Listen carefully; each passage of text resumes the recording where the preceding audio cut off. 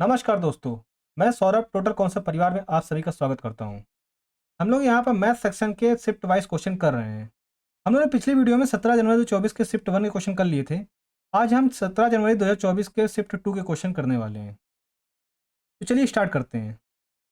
पहला क्वेश्चन दे रखा है, रवि और राजू ने उस ट्रैक पर 960 मीटर लंबी दौड़ लगाने का फैसला किया जिसकी लंबाई दौड़ के बराबर थी। मतलब यहाँ पे ये कहना चाह रहा है जितनी उन्होंने दौड़ लगाई ना, मतलब स्टार्टिंग से लेकर एंड तक गए उतनी ही उस ट्रैक की लंबाई थी। मतलब 960 मीटर तक वो लोग दौड़े दोनों। अब नीचे लिखा है, नीचे दिए गए कथनों में से कौन सा ये निष्कर्ष निकालने के लिए पर्याप्त है कि ट्रैक की लंबाई का 3/8 भाग शेष रहने के समय राजीव रवि के बराबर आ गया। हम लोग स्टेटमेंट पढ़ते हैं। कथन एक कह रहा है, रवि ने राजू के दौड़ना शुरू करने से 5 सेकंड पहले दौड़ना शुरू किया। मतलब रवि पहले दौड़ गया 5 सेकंड पहले। ओके, इसमें ये बोला है। कथन दो कह रहा है कि रवि की जो स्पीड थी, मतलब चाल थी दौड़ने की, वो 8 मीटर पर सेकंड थी। और वहीं कथन तीन कह रहा है कि राजू की जो स्पीड थी वो 10 मीटर पर सेकंड की चाल से दौड़ रहा था। ये चार ऑप्शन आप लोग को दे रखे हैं, A B C D. Okay, तो बस हम लोग को इसको सॉल्व करना है। तो चलिए करते हैं। तो जैसा कि आप लोगों को पता है कि पूरा ट्रैक कितने का है, पूरा ट्रैक की बात करें हम लोग, यहाँ से लेकर यहाँ तक पूरा ट्रैक है 960 मीटर का। और इसमें बोल रहा है कि ट्रैक की लंबाई का 3/8 भाग शेष रहने के समय राजीव रवि के बराबर आ गया। इसका मतलब पूरी ट्रैक की जो टोटल लंबाई है उसका 3/8 भाग निकालें तो वहां से क्या करते हैं, दोनों एक साथ दौड़ना स्टार्ट कर देते हैं। मतलब रवि पहले दौड़ना स्टार्ट किया था और राजीव उसके पीछे दौड़ रहा था। जब 3/8 डिस्टेंस उन्होंने कवर कर ली टोटल का, तो अब राजीव भी रवि के बराबर आ गया। अब वो दोनों साथ दौड़ने लगे यहाँ से। इसका मतलब अगर 3/8 यहाँ यहाँ यहाँ से है, 3/8 अगर यहाँ से है तो यहाँ टोटल कितना हो जाएगा, 5/8 डिस्टेंस उन्होंने कवर की होगी, किसकी, 960 की। ओके, इसी तरह ये कितनी बची होगी, 960 डिस्टेंस ये भी बची होगी। तो आप देख रहे हो कि यहाँ से लेकर यहाँ तक जो डिस्टेंस निकलेगी हमारी, उसको आप निकालोगे तो 8 एकम 8 8 दूनी 16 120 60, मतलब यहाँ तो 600 आ जाएगी। यहाँ तो 600 मीटर आ जाएगी। इसी तरह ये जो डिस्टेंस यहाँ से जो बराबर हो जाते हैं दोनों, इसको काटिए, 8 एकम 8 8 दूनी 16 36, मतलब 360। यहाँ से 360 मीटर। इसका मतलब देखिए, जब रवि दौड़ना स्टार्ट करता है, इसका मतलब जो 600 मीटर दौड़ जाएगा, उसके बाद राजू भी दौड़ना स्टार्ट करता है 5 सेकंड बाद। तो ये जब 600 मीटर यहाँ पर मिलेंगे ना, यहाँ पर जब मिलेंगे दोनों, तो यहाँ पर दोनों बराबर हो जाएंगे, यहाँ से दोनों बराबर दौड़ेंगे साथ में। मतलब 5 सेकंड पहले दौड़ रहा है रवि राजू से। तो पहले तो हम ये निकाल लेते हैं कि रवि ने 5 सेकंड में कितना डिस्टेंस कवर कर लिया था। तो इसको निकालने के लिए हम लोग क्या करेंगे कि Ravi distance covered by covered in 5 second कितना हो जाएगा। रवि 5 सेकंड कितनी डिस्टेंस कर लेगा, और उसकी चाल जानते हैं आप लोग कितनी दे रखी है, 8 मीटर पर सेकंड रवि की। तो 8 मीटर पर सेकंड की स्पीड से 5 सेकंड में कितनी, मतलब 5 × 8 करना पड़ेगा डिस्टेंस निकालने के लिए। तो यहाँ से क्या आ जाएगा, 40 मीटर।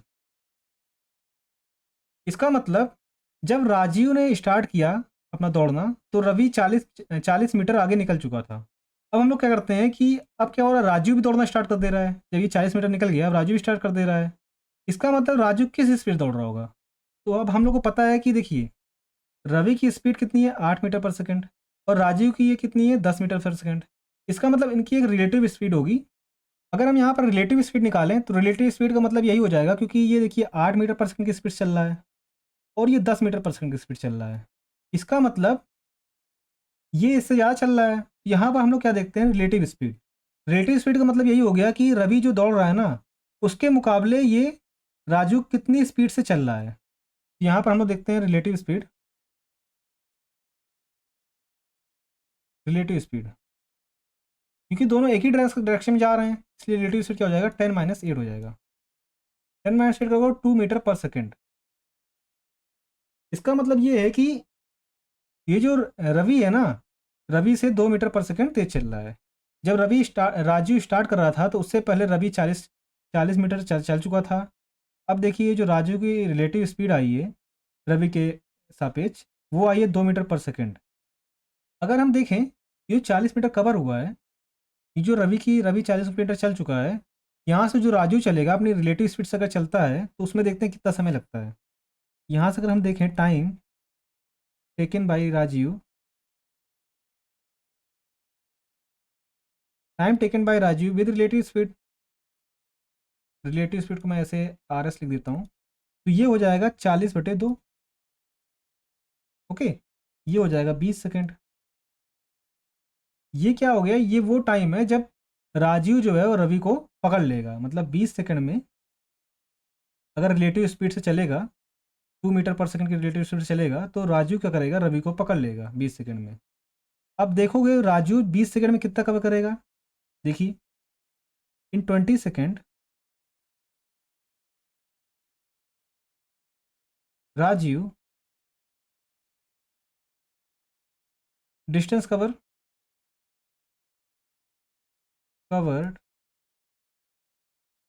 कितना हो जाएगा, ये 20 सेकेंड के लिए चलेगा। और कितनी स्पीड से, राजू की स्पीड कितनी है, 10 मीटर पर सेकेंड। तो यहाँ से आ जाएगा 200 मीटर। ये 200 मीटर वो डिस्टेंस है जहाँ पर राजीव ने रवि को पकड़ लिया, मतलब उसके साथ हो गया, बिल्कुल बराबर चलने लगा वहाँ से। लेकिन आप क्वेश्चन में देखोगे 600 मीटर बाद राजीव क्या कर रहा था, रवि के साथ हो जा रहा था। लेकिन यहाँ क्या हो रहा है, 200 मीटर पे ही जब हम लोगों ने निकाला रिलेटिव स्पीड से, यहाँ तो 200 मीटर पे ही आ रहा है। लेकिन यहाँ पर क्वेश्चन यही पूछ रहा था, क्या जब राजीव ने रवि को पकड़ा तो क्या वो ट्रैक का 3/8% था। 3/8% जब बचा था तब राजीव ने रवि को पकड़ा। लेकिन हमारा दिया कितना है, 600 मीटर पकड़ा, लेकिन हमने निकाला कितना है, 200 मीटर पकड़ लिया उसने। इसका मतलब ये तीनों कथन ये सिचुएशन लाने के लिए पर्याप्त नहीं है, इसलिए इस सिचुएशन के लिए ये तीनों कथन गलत हैं। तो ऑप्शन देखते हैं हम लोग। इसमें देखिए पहले ही ऑप्शन दे रखा है, तीनों कथन एक साथ लेने पर भी पर्याप्त नहीं है। इसका मतलब हमारा आंसर जो हो जाएगा यही हो जाएगा। ओके, बाकी देखिए एक एक तीन दो तीन, तीनों कथन एक साथ लेना पर्याप्त है, ये गलत है। तो एक बार मैं फिर से समझा देता हूँ।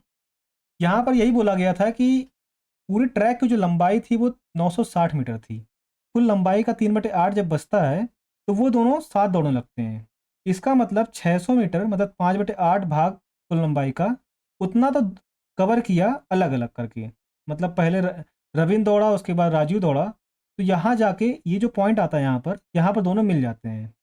फिर हम लोग को कथन पहला दिया था कि रवि जो था वो 5 सेकंड पहले दौड़ा, तो हम लोगों ने देखा कि 5 सेकंड में वो कितना कवर कर लिया, 40 मीटर कवर कर लिया। उसके बाद राजीव दौड़ रहा है और राजीव की स्पीड 10 मीटर पर सेकंड दे रखी है और रवि की स्पीड 8 मीटर पर सेकंड दे रखी है। तो हमने ये देखा कि दोनों दौड़ रहे हैं एक साथ। अब जब 5 सेकंड हो जाता है उसके बाद दोनों एक साथ दौड़ रहे हैं। एक साथ का मतलब है कि अभी रवि आगे है और राजीव पीछे है। तो हम लोगों ने देखा कि यहाँ पर एक रिलेटिव स्पीड निकल रही है जो 2 मीटर पर सेकंड आ रही है। देखिए यहाँ से हम लोगों ने निकाल लिया कि ये जो 2 मीटर पर सेकंड आया है, इस स्पीड से अगर आप 40 की डिस्टेंस अगर राजू कवर करेगा तो कितना सेकंड लगेगा, उसको टाइम लगेगा।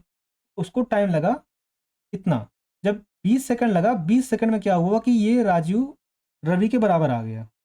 ओके, क्योंकि ये रिलेटिव स्पीड 2 मीटर पर सेकंड है। इसलिए जब हम लोगों ने 20 सेकंड में राजू की डिस्टेंस कवर निकाला, मतलब कितना उसने कवर किया डिस्टेंस, तो हम लोगों ने देखा 200 मीटर आ रहा है। क्योंकि ये 200 मीटर आया है और 200 मीटर में क्या हुआ है कि अब दोनों साथ दौड़ना स्टार्ट कर दे रहे हैं। ओके, लेकिन हमारा क्वेश्चन क्या दे रखा था, 600 मीटर कवर करने के बाद दोनों साथ दौड़ रहे हैं, लेकिन यहाँ 200 मीटर पे आया। इसलिए जो तीनों कथन से हम लोगों ने निकाला है, ये तीनों कथन इस सिचुएशन को वेरीफाई नहीं कर रहे थे। इसलिए ये तीनों कथन पर्याप्त नहीं है आंसर देने के लिए। जो हमारा क्वेश्चन कह रहा था उसके लिए ये तीनों कथन पर्याप्त नहीं है। तो चलिए अब नेक्स्ट क्वेश्चन देखते हैं। इसने बोला 364 मीटर लंबी एक रेलगाड़ी 60 सेकंड में एक खंभे को पार करती है। रेलगाड़ी की गति मीटर पर सेकंड में ज्ञात कीजिए। इससे सिंपल क्वेश्चन हो ही नहीं सकता। ये तो आपको ही पता है, इससे सिंपल क्वेश्चन हो सकता। बस हम लोग को यहाँ पर यही देखना है कि स्पीड इज इक्वल टू क्या होता है, speed is equal to distance upon time.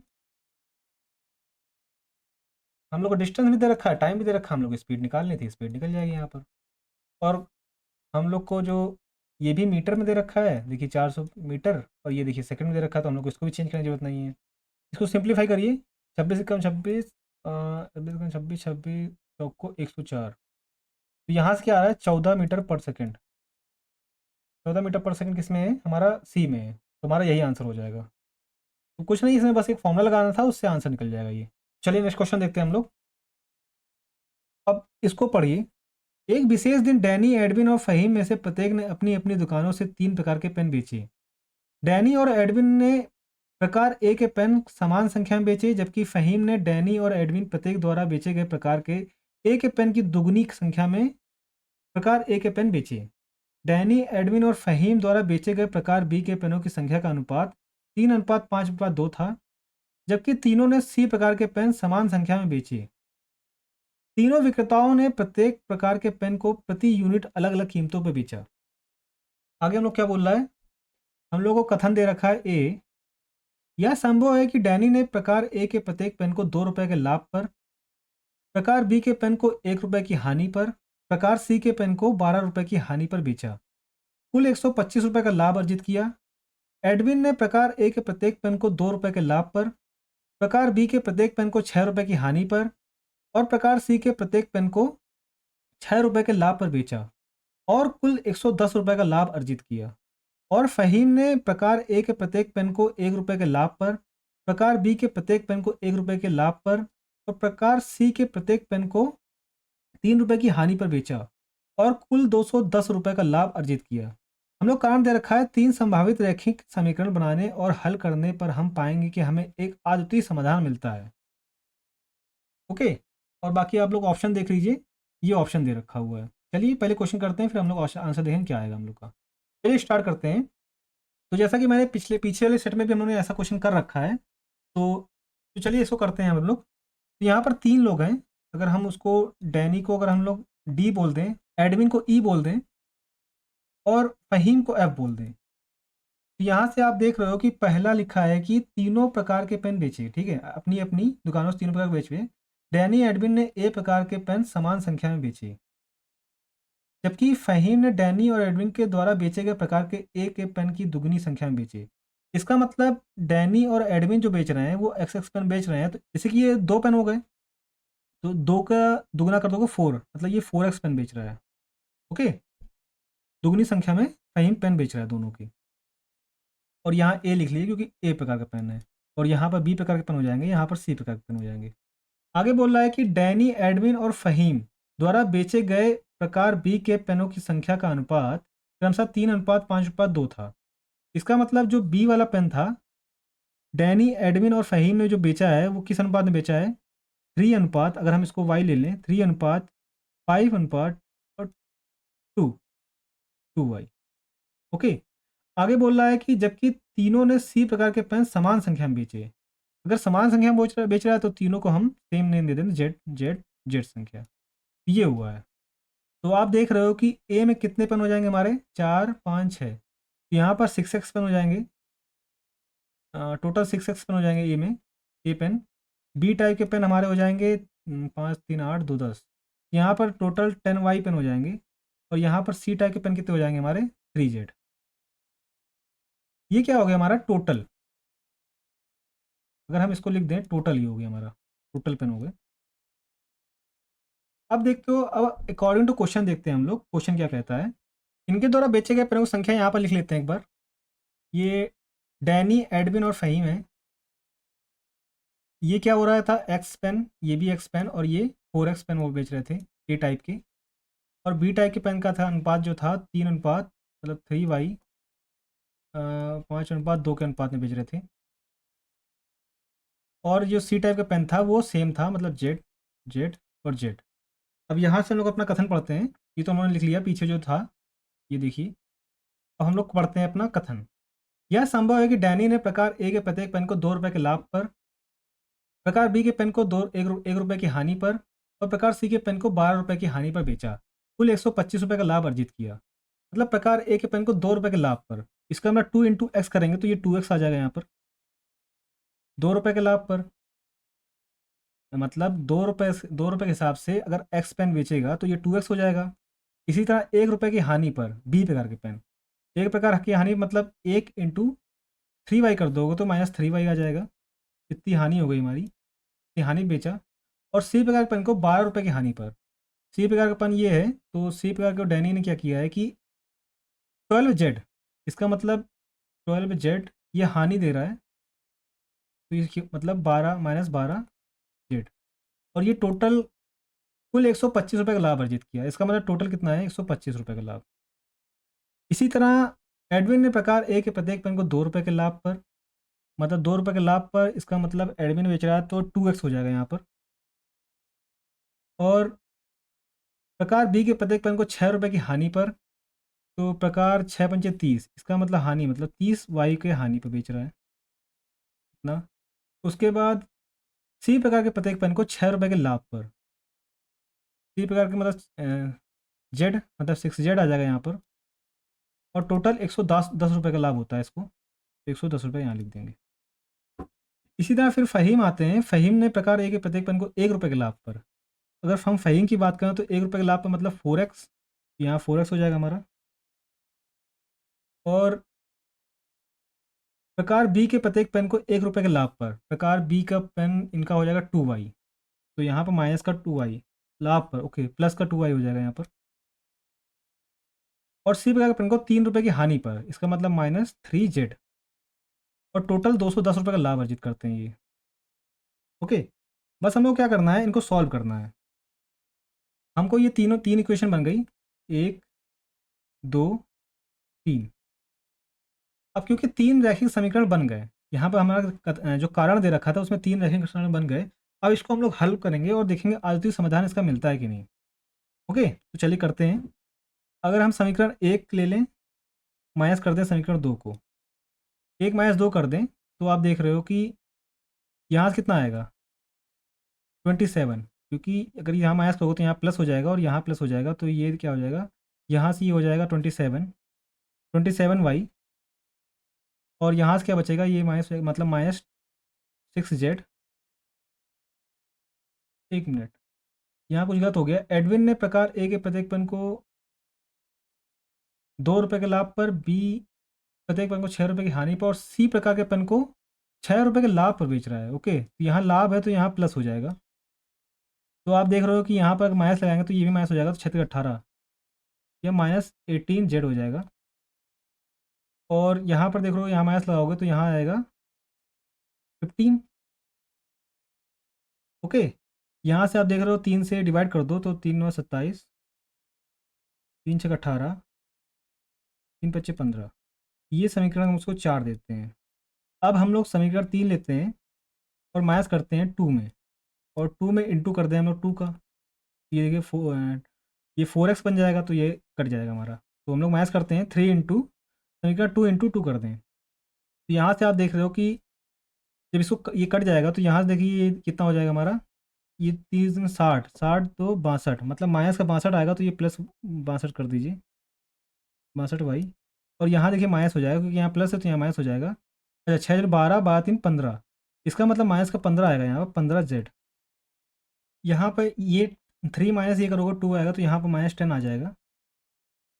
बस यहाँ से माइनस कॉमन ले लोगे तो यहाँ से आएगा 15z - 62y और इक्वल टू 10।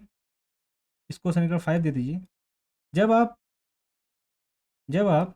इसको समीकरण 5 नाम दे देंगे, जब आप समीकरण 4 और 5 को सॉल्व करोगे, कैसे सॉल्व करना है आप लोग को, कि इसमें क्या करना है हम लोग को, क्योंकि यहाँ 6z है और यहाँ पर 15z है, इसका मतलब हमें इंटू इसमें 5 करना पड़ेगा और इसमें इंटू 2 करना पड़ेगा। पूरी इक्वेशन में इंटू 2 करना पड़ेगा, जिससे क्या होगा कि ये 30 हो जाएगा और ये भी 30 हो जाएगा, ये दोनों कट जाएगा। और ये 62 दूनी 6 12 124 आएगा और ये 45 आएगा। इनको जब आपस में माइनस करोगे तो वो आ जाएगा 79। और यहाँ पर 25 मतलब 25 इंटू 20, 25 + 20 करोगे तो 45। इसका मतलब y की जो वैल्यू आ जाएगी 45/79। अब क्योंकि देख रहे हो कि y क्या था, ये पेनों की संख्या थी। अगर y की यहाँ पर अगर हम y की जगह मान रखेंगे, यहाँ पर देखिए, तो ये क्या आ जाएगा, फ्रैक्शन में आएगा। फिर भी इसकी जो वैल्यू रहेगी वो फ्रैक्शन में रहेगी, क्योंकि ये पेनों की संख्या फ्रैक्शन में हो नहीं सकती। अब जैसे हम कोई पेन खरीदने जा रहे हैं, हम क्या खरीदेंगे, 1 पेन खरीदेंगे या 2 पेन खरीदेंगे, 3 पेन खरीदेंगे। हम उससे ये तो कहेंगे नहीं कि भाई 2.5 पेन दे दो, 2.5 पेन दे दो, या 10.5 पेन दे दो। पेन खरीदते हैं लोग पूरा खरीदते हैं, और यहाँ पर आ क्या रहा है, फ्रैक्शन में आ रहा है।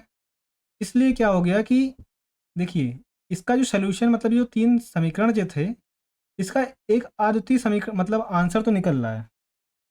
इसका मतलब कारण तो हमारा सही है। कारण में क्या हो रहा था कि हमें 3 समीकरण बोला था, 3 समीकरण बनेंगे और उसका एक अद्वितीय समाधान होगा।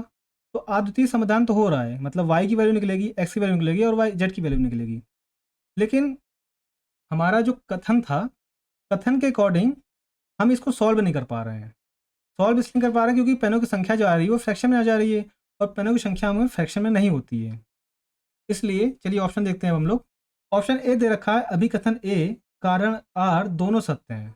ये तो गलत है। हमारा हमारा जो मतलब स्टेटमेंट है वो गलत है। ओके, अभिकथन ए असत्य है, कारण आर सत्य है। इसका मतलब हमारा आंसर जो हो जाएगा वो बी हो जाएगा। ये सही है। इसी तरह अगर सी देखोगे तो ए सत्य है, बी असत्य है, ये भी गलत है हमारा। और डी कह रहा है अभिकथन ए और कारण दोनों सत्य हैं, लेकिन कारण ए अभिकथन ए का स्पष्टीकरण नहीं है, ये भी गलत है। ओके, तो हमारा आंसर इसका बी हो जाएगा। हमने इसको बहुत अच्छे से समझा। आई होप आप लोगों को समझ में आ गया होगा इसको। चलिए आगे चलते हैं हम लोग। इस क्वेश्चन को पढ़िए। एक वस्तु को 5600 रुपये में बेचने पर एक व्यक्ति को 1600 रुपये का लाभ होता है। लाभ प्रतिशत क्या होगा? ये तो बहुत सिंपल क्वेश्चन है। हम लोग को क्या पूछा है कि गेन परसेंटेज बताइए।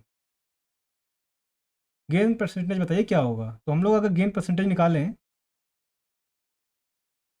गेन परसेंटेज परसेंट, ये क्या हो जाएगा?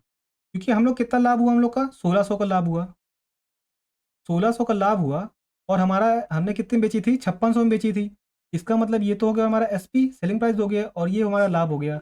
और हम सेलिंग प्राइस में अगर हम लाभ जितना हुआ उसको घटा दे तो हमारा सीपी आ जाता है। तो हम लोग क्या करेंगे, 5600 में से 1600 घटा देंगे।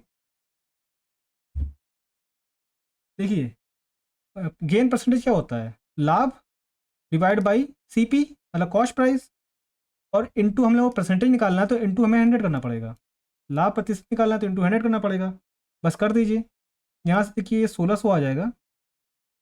ओके, और यहाँ से कितना आ जाएगा? 0 0 और 0 या 4। यहाँ से देखिए, एक मिनट, यहाँ इंटू 100 भी है। यहाँ से डबल ज़ीरो ये कट जाएगा, उसके बाद एक जीरो ये कट जाएगा। तो यहाँ देख रहे हो कि 4 चौको 16 होता है। यहाँ से आप देख रहे हो कि 40% आ जाएगा यहाँ पर। तो इसका जो आंसर होगा हमारा वो 40% मतलब ए हो जाएगा। ओके, चलिए नेक्स्ट क्वेश्चन देखते हैं हम लोग अपना 5 नंबर क्वेश्चन। इसने बोला है कि धन पूर्णांकों के वर्गों, जैसे कि 1 का स्क्वायर कर दिया, उसके बाद हमारा दूसरा सेट आ रहा है उसमें 2 का स्क्वायर और 3 का स्क्वायर कर दिया।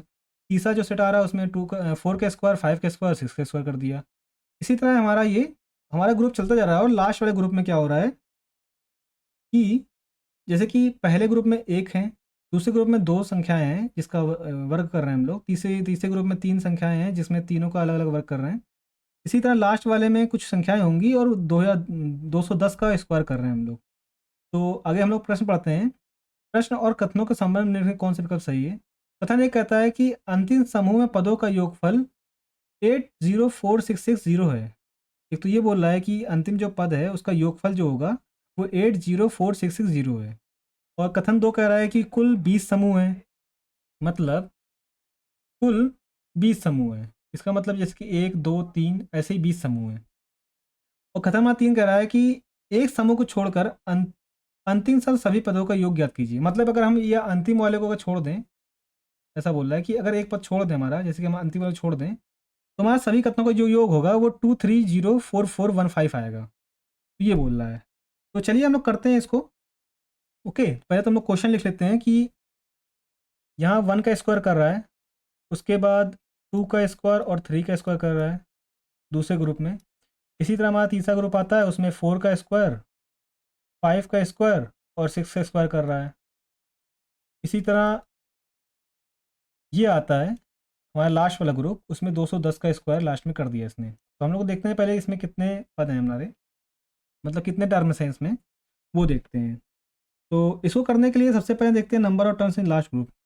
अगर हम इसमें देखें, इसमें नंबर ऑफ टर्म्स कितने हैं, जैसे कि इसमें 3 है, इसमें 2 हैं, इसमें 1 है, तो इसमें कितने हैं? तो अगर हम नंबर ऑफ टर्म्स देखें, नंबर ऑफ टर्म्स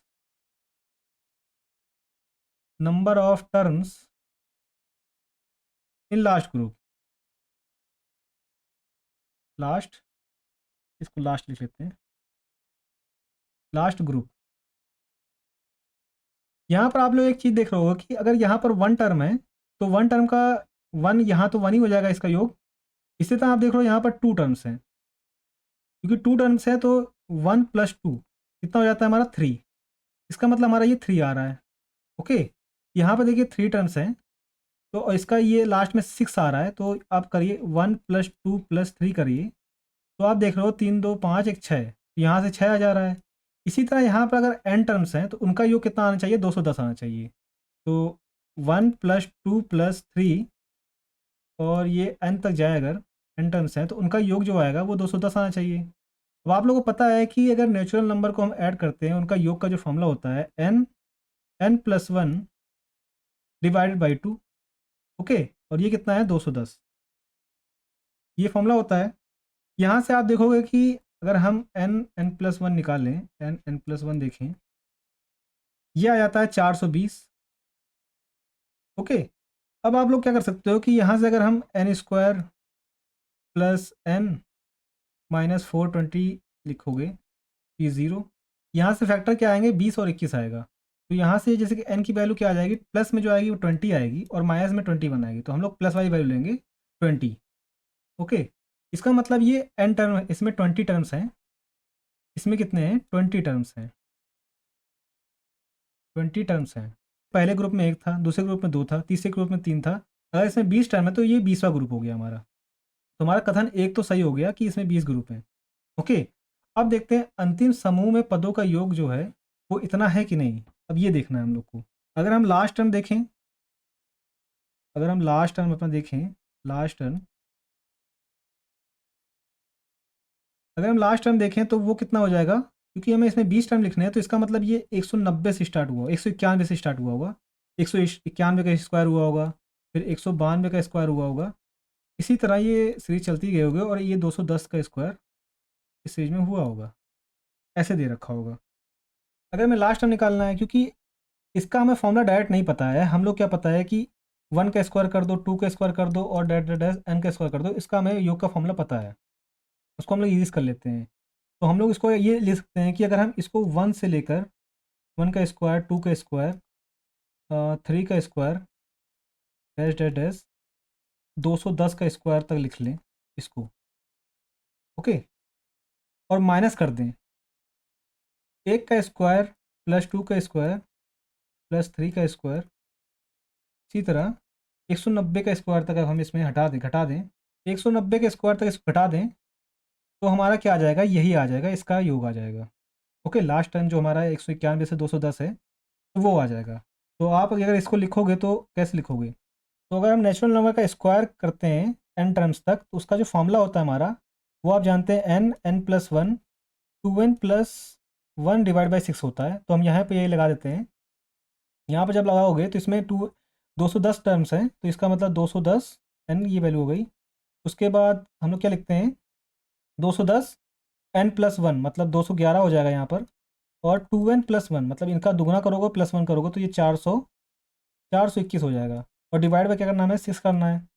इसी तरह जब हम इसको 190 तक लिखेंगे तो यहाँ पे लिखेंगे 190 इंटू 191, एन प्लस वन करेंगे 191 आएगा, और 19 और एक 380 प्लस एक 381, 381 बटे 6 कर देंगे यहाँ पर। ओके, यहाँ पर 6 कर देंगे बस। आप लोग क्या करिए इसको काट दीजिए, जब यहाँ से इसको सिंप्लीफाई करोगे तो आप कितना आएगा, 6 त्रिक 18 और 20 21, 6 पंचे 30 मतलब यहाँ 35 आ गया।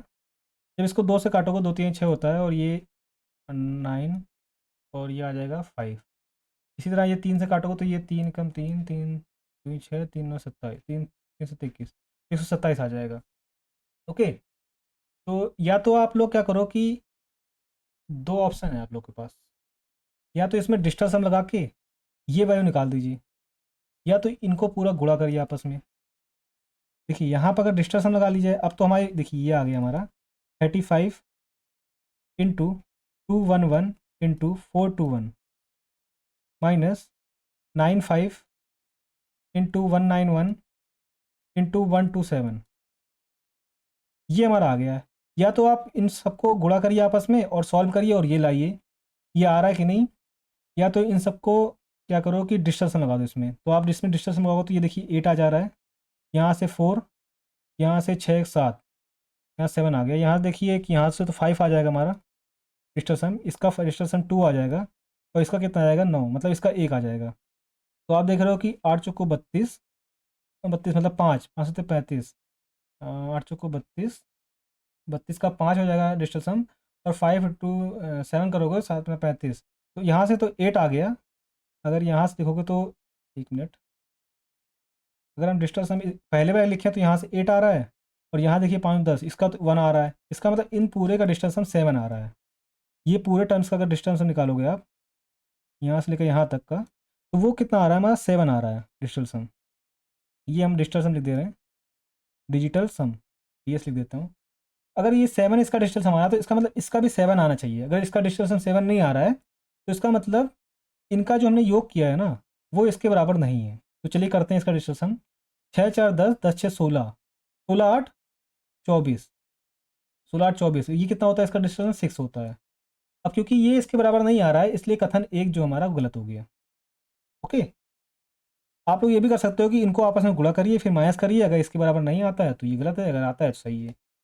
अब हम लोग कथन अपना 3 देखते हैं। तीसरा कथन कह रहा है कि एक समूह को छोड़कर अंतिम तक सही पदों का योग। तो अगर इसको सही से बताऊं मैं तो इसमें यही बोल रहा है कि लास्ट वाला पद अगर हम छोड़ दें, मतलब ये जो पूरा ग्रुप आ रहा था इसको छोड़ दें, तो चाहे तो इसको आप सही भी कर दीजिए कि लास्ट वाला जो हमारा ग्रुप आ रहा है उसको छोड़ दें, तो उसके बाद जो सभी पदों का योग जो है, मतलब यहाँ से लेकर इससे पहले जो भी ग्रुप आ रहे हैं इनका अगर हम सम करें, मतलब उनका योग करके जैसे जैसे लिखा है उनका योग करके सम करें तो हमारा जो आना चाहिए वो इतना आना चाहिए। ओके, आई होप आप लोग समझ गए होंगे। इसको चाहे तो आप लोग सही कर लीजिएगा कि इसको लास्ट टाइम को छोड़ के, लास्ट वाला ग्रुप को छोड़ के उनका योग करना है। तो चलिए करते हैं।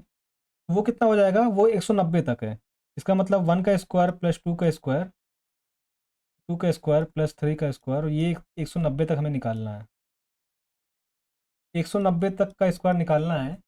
अब क्योंकि हम लोगों ने कितना निकाला था पीछे देखा था हम लोगों ने, 190 तक स्क्वायर ये आ रहा था कि 190 191 381 डिवाइड बाई 6। यहाँ पे अगर हम सम का फॉर्मूला लगाएं तो 190 इंटू 191 इंटू 381, 2n प्लस 1 करोगे तो डिवाइड बाई 6 करोगे तो ये आ जाएगा। अब या तो देखिए इसको हम लोग सिंप्लीफाई कर लेते हैं, यहाँ से 95 बार चला जाएगा, यहाँ से 3 आ रहा था, 3 से ये कट जाएगा हमारा 127 आ जाएगा। ओके, या तो आप लोग यहाँ पर इसको गुणा करके सॉल्व करिए, या तो इसमें डिस्टेंस लगा लेते हैं। तो हम लोग अपना डिस्टेंस लगाते हैं 119 इंटू 127, इसमें डिस्टेंस लगाइए। यहाँ से देखिए इसका डिस्टेंस 5 आ जाएगा, इसका 2 आ जाएगा, और इसका कितना आ जाएगा 7, उसका 1 आ जाएगा। तो यहाँ देखिए इन पूरे ये पूरे का डिस्टेंस जो आ जाएगा, डिस्टेंस 1 आ जाएगा, इनका डिस्टेंस 1 आ गया। और इसका देखिए हमारा क्या दे रखा था 23044, क्या दे रखा था 23044, लिख लेते हैं यहाँ पर 2304415। ओके, अगर इसका डिस्टेंस हम पूरे का 1 आ रहा है तो इसका भी 1 आना चाहिए। देखिए करते हैं, ये काट दीजिए, 5 4 9, 4 3 7 2 9, देखिए ये भी कट गया। तो यहाँ से क्या आ रहा है डिस्टेंस हमारा, इसका भी 1 आ जा रहा है, डिस्टेंस 1 आ जा रहा है।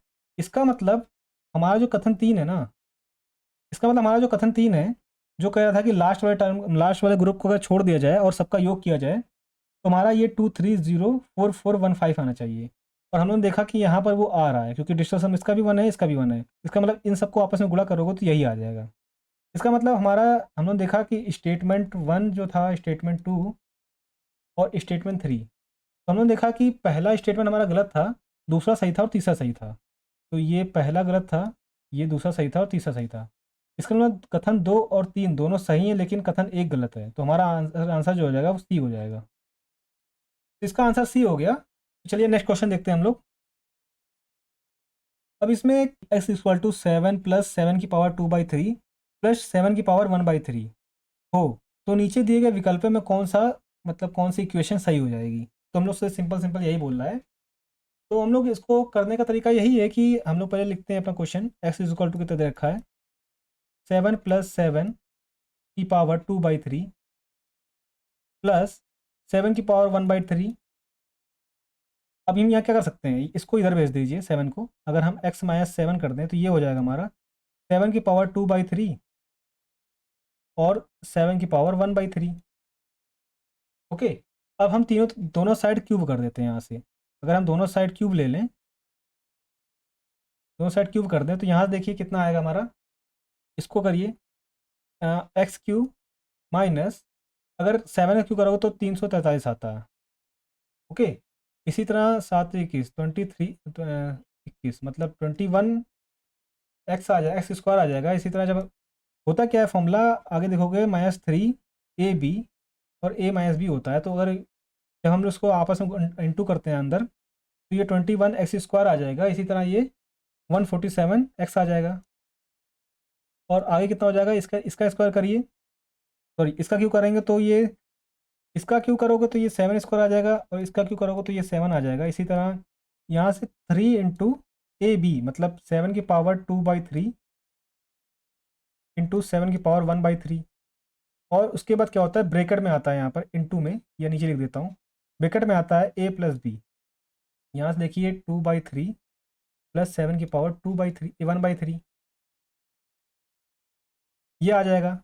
जब आप इसको सिंप्लीफाई करोगे तो आप देखोगे कि यहाँ से x³ -347 343 minus 21x² plus 147x equal to हो जाएगा। ये देखिए यहाँ पर करोगे आप 49 आएगा, प्लस 7 है।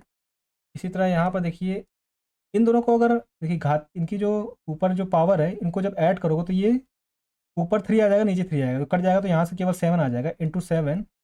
और जो ब्रैकेट में है ना, 7 की पावर 2/3 और 7 की पावर 1/3, और ये वैल्यू किसकी है हमारी, x माइनस वाई की। यहाँ से अगर हम निकालें इनकी वैल्यू क्या है, x-7, सॉरी x-7 है। तो यहाँ से क्या लिख लेंगे हम, x-7 कर देंगे इसको। ये आ गया यहाँ पर। बस हम लोग क्या करेंगे, थोड़ा और सिंप्लीफाई कर लेंगे, उसके बाद हम लोग अपना आंसर, फाइनल आंसर लिखेंगे।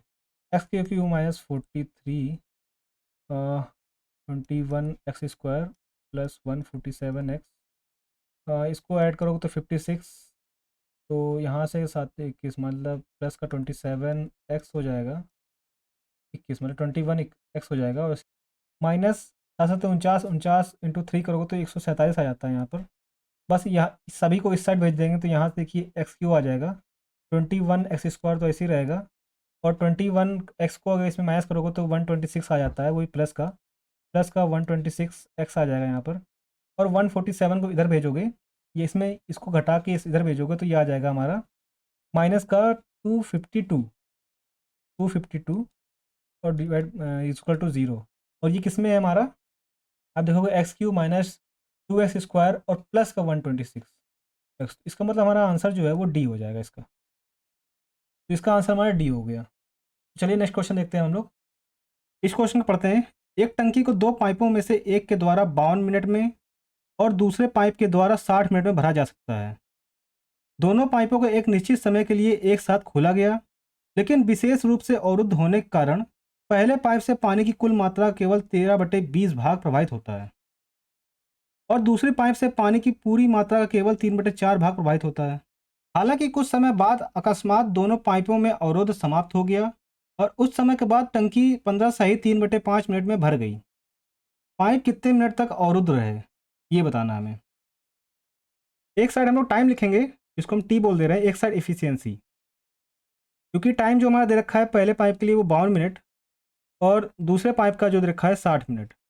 जब इनका आप एलसीएम लोगे, तो 780 आएगा। ओके, 780 आएगा। तो जब 780 को 52 से डिवाइड करोगे तो ये आएगा 15, और जब 780 को 60 से डिवाइड करोगे तो ये आएगा 13। तो इसका मतलब पहले पाइप की जो एफिशिएंसी है वो 15 है, दूसरे पाइप की जो एफिशिएंसी है वो 13 है, और ये जो पानी प्रवाहित हो रहा है उसकी कुल मात्रा है ये। तो चलिए करते हैं आगे।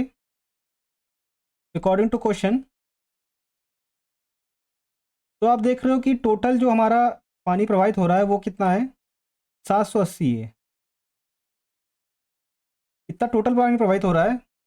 पहले पाइप से कितना हो रहा है कि कुल मात्रा का पूरी मात्रा का 3/20 भाग प्रभावित होता है। तो मतलब 15 की एफिशिएंसी से 13/20 भाग टी समय के लिए प्रभावित हो रहा है। ओके। इसी तरह क्या हो रहा है कि दूसरी पाइप से पूरी मात्रा का 3/4 मतलब पूरी मात्रा का 3/4 भाग प्रभावित हो रहा है। तो 13 की एफिशिएंसी से 3/4 भाग टी समय के लिए, ये दोनों क्या हो रहा है समान। ये देखिए एक निश्चित समय के लिए खोले जाते हैं एक साथ, तो ये टी समय के लिए हो गया। कुछ समय बाद आकस्मिक दोनों पाइपों का अवरोध समाप्त हो गया। उस समय के बाद टंकी 15 सही 3/5 मिनट में भर गई। इसके बाद इसको कितना टाइम लगा, इन दोनों की एफिशिएंसी से देखिए 15 + 13 करोगे, उसके बाद इसको इतना टाइम लगा 15 सही 3/5, मतलब ये आ जाएगा हमारा 78/5। 15 25 करोगे, उसके बाद +3 करोगे तो ये 78/5 आ जाएगा। ये आ गया टोटल हमारा कितना पानी प्रवाहित हो रहा है, ये हो गया हमारा। अब यहाँ से हम लोग क्या करेंगे, यहाँ से हम लोग टी की वैल्यू निकालेंगे। यहाँ से टी की वैल्यू निकालेंगे, वही हमारा पाइप का मिनट का अवरोध हो जाएगा। बस यहाँ से हम टी की वैल्यू निकाल लेंगे, वही हमारा आंसर हो जाएगा। तो चलिए करते हैं। यहाँ देखिए 780, इसको ऐसे लिख लेते हैं। यहाँ से आप काट दीजिए 5 3 15 5 को 20। यहाँ से 39/4 यहाँ से आ गया, 39/4 यहाँ से आ गया। इसका मतलब 2 टाइम्स 39/4 आ गया। देखिए 2 टाइम्स 39/4 इंटू टी दे रखा है यहाँ पर। ओके, प्लस 15 + 13 करोगे तो 28 आता है। 28 इंटू 78/5 ये हो गया। यहाँ से देखिए सिंप्लीफाई करोगे तो यहाँ 2 आ जाएगा। तो सिंपल है कि यहाँ से 780 ये हो रहा है हमारा 39/2 टी। या यदि हम यहाँ से अगर हम 39 कॉमन ले लें, यहीं से डायरेक्ट 39 कॉमन ले लेते हैं। अगर हम यहाँ से 39 कॉमन लेते हैं, यहाँ देखिए T/2 हो जाएगा इस साइड यहाँ पर तो, और यहाँ पर कितना हो जाएगा 39 दूनी 78 होता है। इसका मतलब यहाँ पर आ जाएगा 28 इंटू 2 डिवाइड बाई 5, और ये क्या आ जाएगा ब्रैकेट लग जाएगा। तो अगर हम इसको 28 को 2 में इंटू कर दें तो ये आ जाएगा हमारा 56। 56/5 आ गया यहाँ पर। यहाँ से काट दीजिए 39 का 39, 39 दूनी 78, तो मतलब यहाँ 20 आ जाएगा।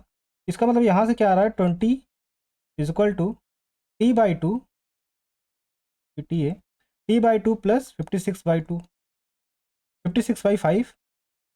अब अगर हम T को इस साइड रखें और 56/5 को उस साइड ले जाएं, तो आप देख रहे हो कि अगर हम ये कर रहे हैं कि T/2 को इस साइड ले लें, मतलब इस साइड रखें, उधर क्या करें कि 20 - 56/5 कर दें, और इसको आप सॉल्व करें तो यहाँ से आप देखोगे T/2 ये आ जाएगा 5 10, मतलब 100 में से 56 घटाओगे तो ये आ जाएगा 44/5 आ जाएगा यहाँ से। तो यहाँ से आप देखोगे टी बाई जो आएगा T आएगा, वो आएगा 88/5। ओके, ये 5 है। इसको इस तरह लिखें तो आ जाएगा 5 कम 5 5 5 7 35 और 3, मतलब 17 सही 3/5 आ जाएगा मिनट।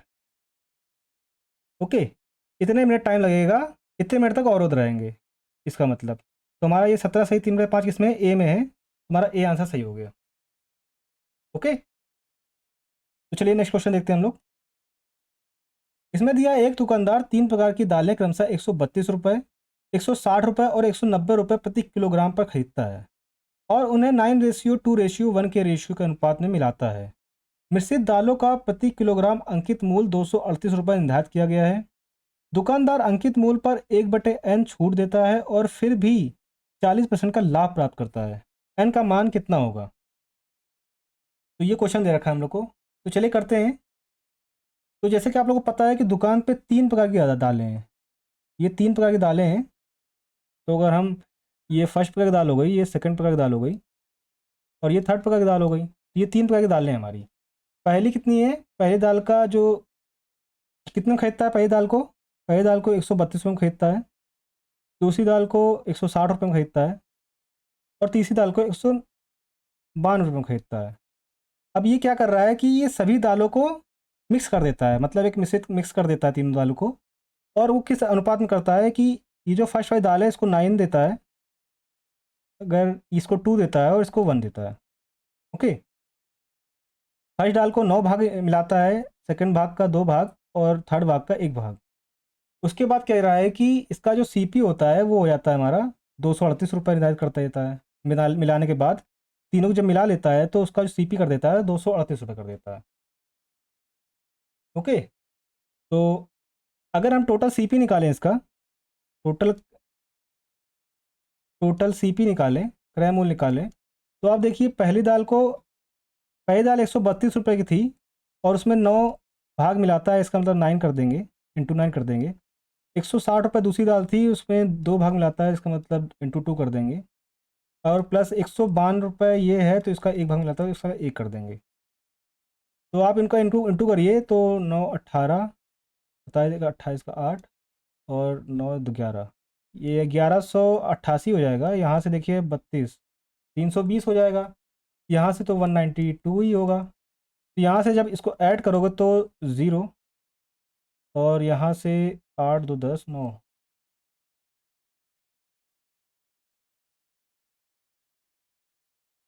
8 2 10 10 9 0, 3 4 5 6 7 और यहाँ से 1 आ जाएगा। इसका मतलब ये आ जाएगा 1700। ओके, टोटल जो हमारा सीपी है, टोटल सीपी वो आ गया 1700। ये तो टोटल सीपी आ गया। अगर हम इसमें 1 kg का सीपी निकालें, सीपी ऑफ 1 kg, मतलब क्रय मूल 1 kg का निकालें, तो उसको 1 kg, तो उसको हम लोग किससे डिवाइड करना पड़ेगा, इसको टोटल को 9 + 2 11 एक 12। इसका मतलब 1 kg निकालना है तो इसको क्या करना पड़ेगा, 12 से डिवाइड करना पड़ेगा। हमें 12 से डिवाइड करना पड़ेगा तो ये आ जाएगा हमारा, आप निकालिए।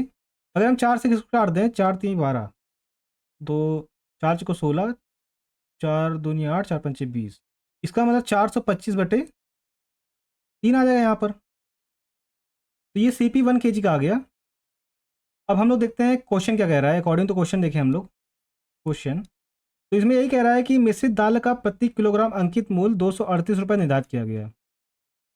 238 रुपये निर्धारित किया गया। उस पर क्या हो रहा है कि दुकानदार अंकित मूल्य पर 1/n छूट देता है। जब इस पर 1/n की छूट निकालें तो 1 - 1/n कर देंगे इसको हम लोग, इतनी छूट देता है। तो ये कितना क्या हो गया हमारा, ये सेलिंग प्राइस हो गया। CP ऑफ 1 kg कितना आया है, 425/3। और इस पर देख रहे हो कि ये 40% का लाभ भी अर्जित करता है। 40% मतलब डिवाइड बाई 100, 0 0 काट दीजिए, यहाँ से देखिए 2/5 आ जाएगा। इसका मतलब 2/5 का लाभ अर्जित करता है। अगर 5 पे 2 का लाभ अर्जित करता है, इसका मतलब 7, ये बेचता कितना होगा, 7/5 पे। इसका मतलब इसका सेलिंग प्राइस हो जाएगा 7/5। तो यहाँ से 7/5 का इस पर इंटू कर देंगे। भाई इसको सिंप्लीफाई कर लीजिए, तो यहाँ से जब सिंप्लीफाई करेंगे तो यहाँ से 7 से काट दीजिए तो 7 3 21, 7 चौको 28, और यहाँ से अगर हम 5 से काट दें तो 5 8 40, 55 25, ठीक। इसको अगर 17 से काट दिए, 17 34 होता है, 17 और 17 25 85 होता है। तो यहाँ से देखोगे कि आप आएगा, अगर हम सेलिंग प्राइस देखें तो यहाँ से 1 - 1/n इज इक्वल टू, यहाँ 5 बच रहा है, यहाँ 3, तो मतलब 2 का इसमें इंटू करो तो 6 आ जाएगा, तो मतलब 5/6 आ गया। ओके, यहाँ से 5/6 आ गया। तो यहाँ से अगर हम n की वैल्यू निकालें, तो ये आ जाएगा 1/n। अगर इधर रखें और 1 को इनको इधर भेज दें, 5/6 को इधर रखें तो आ जाएगा 1 - 5/6। यहाँ से क्या आ जाता है, 1/n की जो वैल्यू आती है वो आती है 6, मतलब 1/6 आ जाती है। तो यहाँ से जो 1n आएगा हमारा, n की वैल्यू, n इक्वल टू आ जाएगा 6। तो यहाँ पर n की वैल्यू कितनी आ गई, 6 आ गई। तो हमें यही n का मान निकालना था, तो n की मान 6 आ गया, किस में है, हमारा D में। तो हमारा D आंसर हो जाएगा। चलिए नेक्स्ट क्वेश्चन देखते हैं हम लोग। इसको पढ़िए। 6 वर्ष पहले हर्ष की आयु देव से 4 गुनी थी।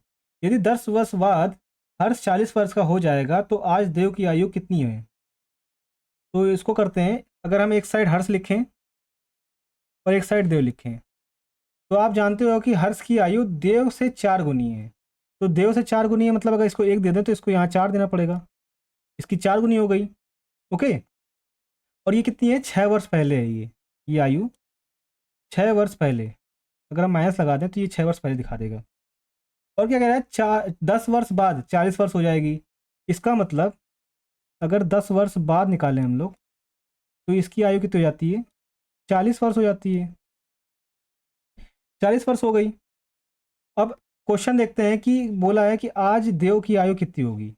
तो अकॉर्डिंग टू क्वेश्चन देखें अगर हम लोग, तो अकॉर्डिंग टू क्वेश्चन देखें, हर्ष की आयु देखें तो कि 4 वर्ष 6 वर्ष पहले कितनी थी? 4 थी। ये 4 यूनिट थी हमारी हर्ष की आयु। उसके बाद 6 वर्ष और इसमें ऐड कर दें। उसके बाद यहाँ से क्या हो रहा है, प्रेजेंट से 10 ईयर और, तो इसकी आयु कितनी होती है? 10 ईयर और, तो ये टोटल कितनी होती है? 40 हो जाती है हमारी। ओके, यहाँ से देखिए 16 हो जाएगी, तो ये 4 यूनिट जो हो जाएगा हमारा, 4 यूनिट इसमें माइनस कर दो 16, तो इसमें आ जाएगा 24 आ जाएगा। तो यहाँ से 1 यूनिट कितना आ जाएगा? 1 यूनिट आ जाएगा, तो ये आ जाएगा 6। 1 यूनिट की वैल्यू कितनी आ गई? 6। और हमें निकालना कितना था? आज आज देव की आयु कितनी होगी। तो प्रेजेंट एज ऑफ देव देखें तो प्रेजेंट एज ऑफ देव, अगर ये देखें तो ये देखिए 6 वर्ष पहले 1 थी, तो इसका मतलब 6, तो ये होगी प्रेजेंट आने के लिए। उसके बाद क्या हो रहा था, 1 यूनिट की वैल्यू, क्योंकि 1 लेना है हमें, 1 यूनिट की वैल्यू 6 है, तो इंटू 6 करना पड़ेगा। तो ये कितना हो जाएगा? 12 ईयर हो जाएगी। तो हमें यही पूछा था कि प्रेजेंट एज ऑफ देव पूछा था हमारा, आज की देव की आयु पूछी थी, वो आ गई 12। तो 12 किसमें? हमारा सी। तो हमारा यही सी आंसर हो जाएगा। फिर नेक्स्ट क्वेश्चन देखते हैं हम लोग। इस क्वेश्चन में बोला है एक मिश्रण में अल्कोहल और पानी 4:7 के अनुपात में है। यदि इसमें अल्कोहल से 9 लीटर अधिक पानी है तो मिश्रण में पानी की मात्रा ज्ञात करें। तो ये क्वेश्चन दे रखा है। तो अगर हम देखें तो क्या बोल रहा है कि अल्कोहल है और वाटर है, इनका जो रेशियो दे रखा है 4:7 7 दे रखा है। अगर इनका डिफरेंस देखोगे तो ये 3 का आ रहा है। इसमें यही बोला है कि अल्कोहल से 9 लीटर अधिक पानी है, इसका मतलब 3 लीटर जो दे रखा है हमारा, ये 9 की वैल्यू है। अकॉर्डिंग टू क्वेश्चन देखें हम लोग, अगर हम अकॉर्डिंग टू क्वेश्चन यहाँ लिखें, अकॉर्डिंग टू क्वेश्चन, तो ये क्या कह रहा है कि ये 3 यूनिट जो है ना हमारी, ये जो अधिक आ रही है वो 9 की वैल्यू है। इसका मतलब यहाँ से अगर हम 1 यूनिट की वैल्यू निकालें तो यहाँ से कितना आ जाएगा? 3 आ जाएगा ये। अगर हम वाटर का, हम लोग क्या ले रहे हैं, मिश्रण में पानी की मात्रा निकालें, तो वाटर का अगर हम पानी की मात्रा निकालें तो ये आ जाएगी, पानी की मात्रा कितनी? 7 है, 7 इंटू 3 कर दोगे तो ये 21 लीटर आ जाएगी। 21 लीटर किस में है? हमारा बी में है। तो बी हमारा आंसर हो जाएगा। नेक्स्ट क्वेश्चन देखते हैं हम लोग। 11 नंबर क्वेश्चन देखिए।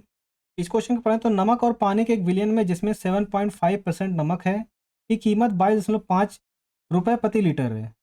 इसका मतलब विलयन का जो कीमत है वो 22.5 रुपये पर लीटर है।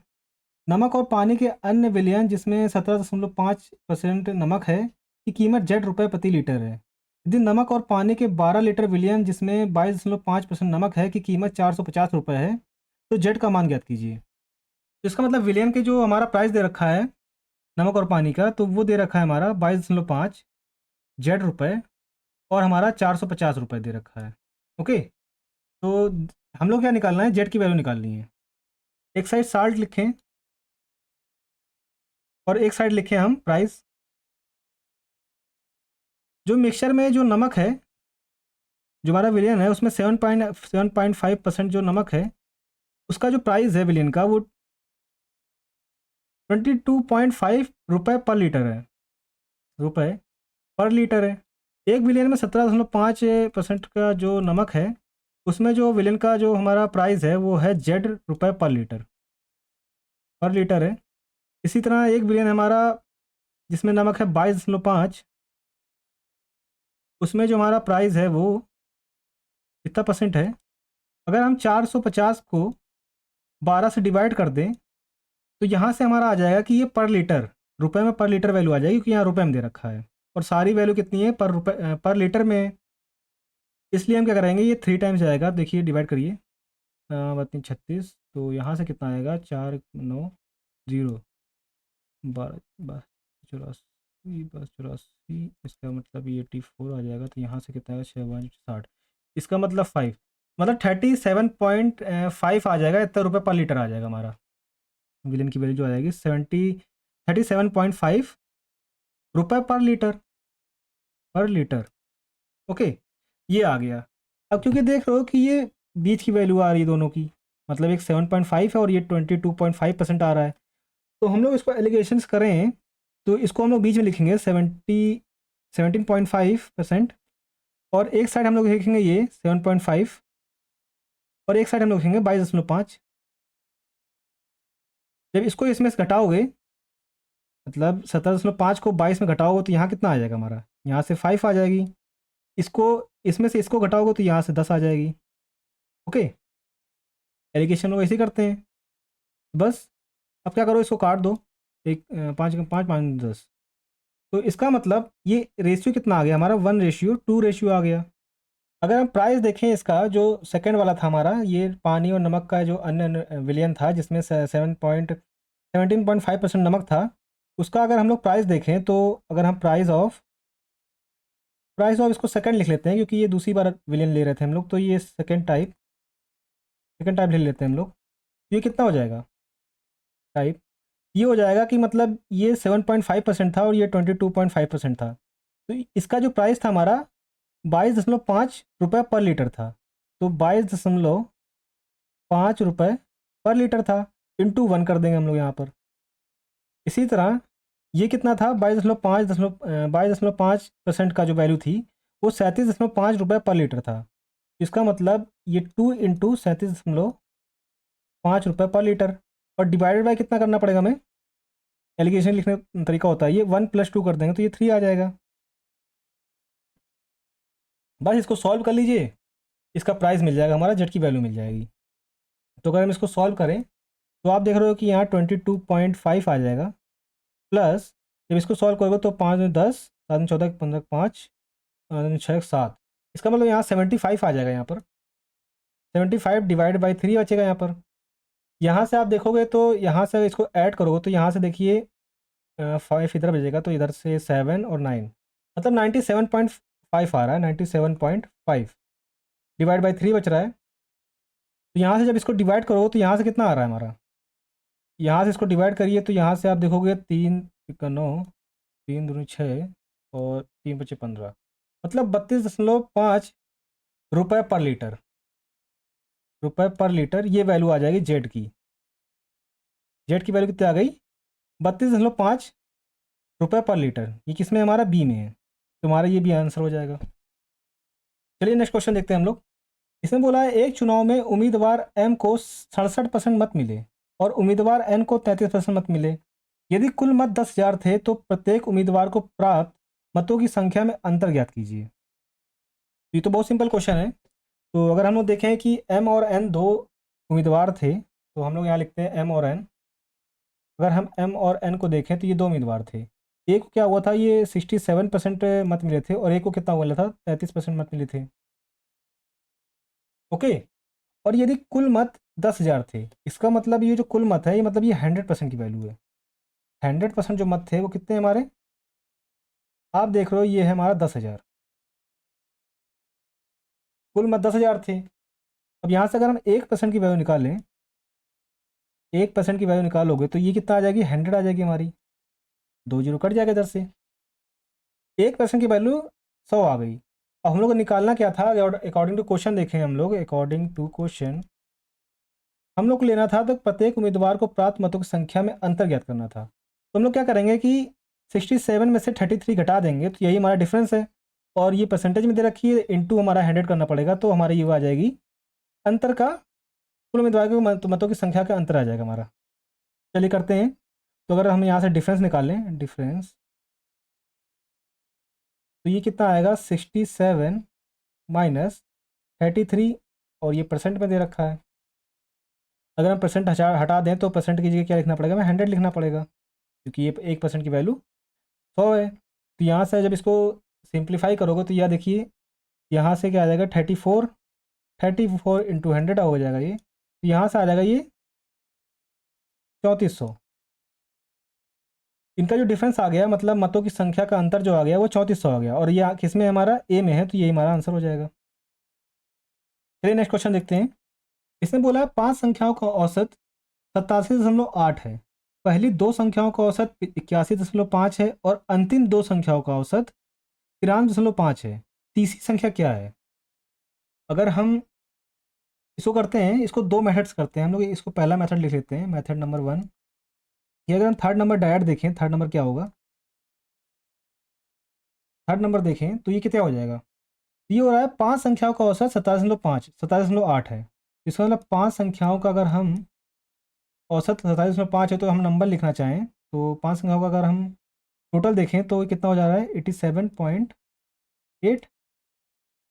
अगर इसमें से हम माइनस करते हैं दो संख्याएं, कौन सी हैं, दो संख्याओं का औसत 81.5 है, तो इसको हम लोग इसमें माइनस कर दें तो इंटू 81.5, और इसी में क्या माइनस कर दें हम लोग, दो संख्या को और माइनस कर दें तो 93.5 को, तो 2 इंटू 93.5 यही माइनस कर दें तो हमारी एक थर्ड संख्या आ जाएगी। तो हमारी थर्ड संख्या निकालने के लिए हम लोग क्या करेंगे, इसको इंटू करेंगे। तो आप देख रहे हो कि 8 × 5 = 40, 0 8 5 7 35, 35 4 9, यहाँ 9 बचेगा, और यहाँ से 8 × 5 = 40 मतलब 43, यहाँ से 43 9 आ जाएगा। यहाँ से माइनस करोगे तो यहाँ से अब इंटू इंटू करोगे तो 5 10 0 आ जाएगा, 0 हट जाएगा, तो 2 1 3 8 24।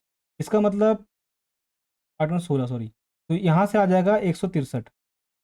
यहाँ से इसमें इंटू करिए तो ये 0 आ जाएगा, तो 3 6 7 यहाँ आ जाएगा, 9 18। इसका मतलब 187 यहाँ आ गया। ओके, तो आप क्या करोगे, इसको ऐड करके इसमें माइनस करोगे तो कितना आएगा हमारा, देखिए 43 9, जब इसको ऐड करिए तो 0 चलो 15, ये 250 आ गया। तो यहाँ से आप जब निकालोगे टोटल वैल्यू, तो यहाँ से आप देख रहे हो कि ये आ जा रहा है 89। ओके, तो हमारा जो आंसर आ गया वो 89 आ गया, मतलब थर्ड संख्या जो आ गई हमारी 89 आ गई, तो ए में है, तो हमारा ये आंसर हो जाएगा। अब इसको हम लोग मेथड 2 से करेंगे अगर हम लोग, तो ये तो हमारा हो गया पहला मेथड। अब हम लोग मेथड 2 देखते हैं। अगर हम मेथड 2 देखें तो उसमें हम लोग क्या करेंगे, यूजिंग डेविएशन लगाते हैं हम लोग इसमें, यूजिंग डेविएशन मेथड लगाते हैं। वो देखिए कैसे होता है डेविएशन मेथड। तो चलिए करते हैं। तो पहली दो संख्याओं का औसत लिख लेते हैं इसमें, पहली दो संख्या का, लास्ट दो संख्या का, और एक हमारी जो संख्या बच रही है थर्ड वाली वो।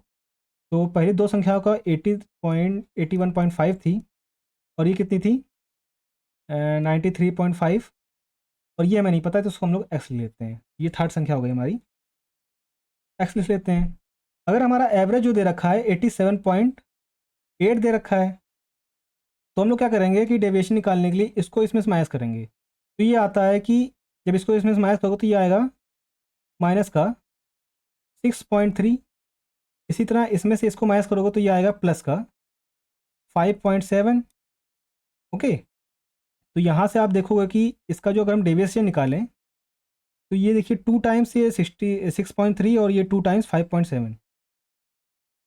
तो अगर इसको लिखें हम लोग तो 2 टाइम्स माइनस का 6.3 प्लस 5.7 हो जाएगा।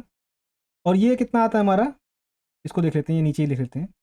ये आता है 2 टाइम्स, जब इसको माइनस कर दोगे तो ये आ जाएगा माइनस का 0.6। तो यहाँ से आएगा कि यहाँ से माइनस का 1/1.2 आ जाएगा। ओके, ये तो ये दोनों का आ गया डेविएशन माइनस में। इसका मतलब अगर ये माइनस में आता है तो हम इसकी एक्स की क्या लेते हैं, हम लोग प्लस लेते हैं, प्लस का 1/1+2 ले लेंगे।